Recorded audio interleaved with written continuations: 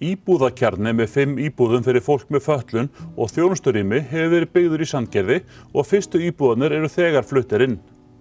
Það eru Landssamtökin Þroskahjálp sem létu byggja íbúðakjarnan með stofnframlagi frá bæði sveitarfélaginu og Íbúðalánasjóði.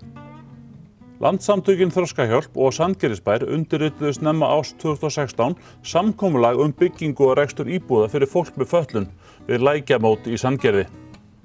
Sameinað sveitarfélag greiðir 12% stofnkostnaðar og ríkið 18%.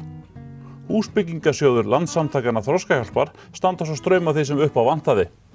En bygging íbúðakjarnans kostaði 140 milljónir króna. Við erum með 5 þjónustuíbúðir fyrir fatlað fólk sem er byggt á Landssamtökunum Þroskahjálp í samstarfi við sveitarfélögin og eru eina af fyrstu íbúðunum sem eru byggð á nýju fyrirkomulagi stofnframlög frá ríkinu. Er búin að vera vöntun á þessu úrræði í sveitarfélaginu? Já, það er gríðarleg vöntun og við erum búin að vera með biðlista frá því að málaflokkurinn fluttist frá ríki til sveitarfélags og þetta er fyrsta svona úrræðið í okkar sveitarfélögum, þannig að já, það er vöntun. Og hvers slags íbúðir eru þetta og fyrir einstaklinga með hvað þarfir? Hér eru einstaklingar með bara mjög mismunandi þjónustuþarfir og hér verður sólarhringsþjónusta.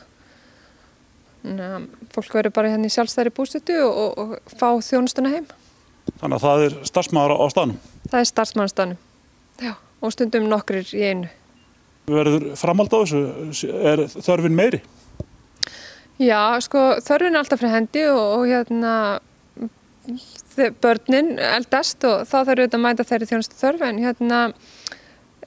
það er einhver biðlisti en hvort við munum byggja aftur strax, veit ég ekki alveg, það bara kemur að ljós. Þeir eru líka með úrræði í garðinum sem heitir Heiðarholt. Er það eitthvað á svipuðu nótum á þetta?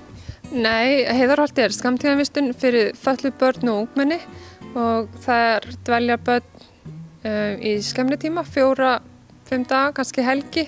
Við fara þaðan í skóla og aftur í Heiðarholt og það er ætlað til að hvíla foreldra og veita börnum félagslega stuðning. Hversu viðamikil er þessi starfsemi hjá félagsþjónustunni í Sandgerði, Garði og Vogum? Það er alltaf nóg verkefnum. Við erum að þjónusta sveitarfélög sem er með 4600 íbúa. Við erum með fjölmarga málaflokka. Það er alltaf verið að færa málaflokkana yfir frá ríki til sveitarfélags. Þannig að núna 2010 þá tókum við málefni fatlaðs fólks. Það er komist í farveg núna eftir þann tíma. Svo er alltaf í kortunum að málefni aldraðra komi núna yfir líka, þannig að það er alltaf nóg að gera hjá okkur.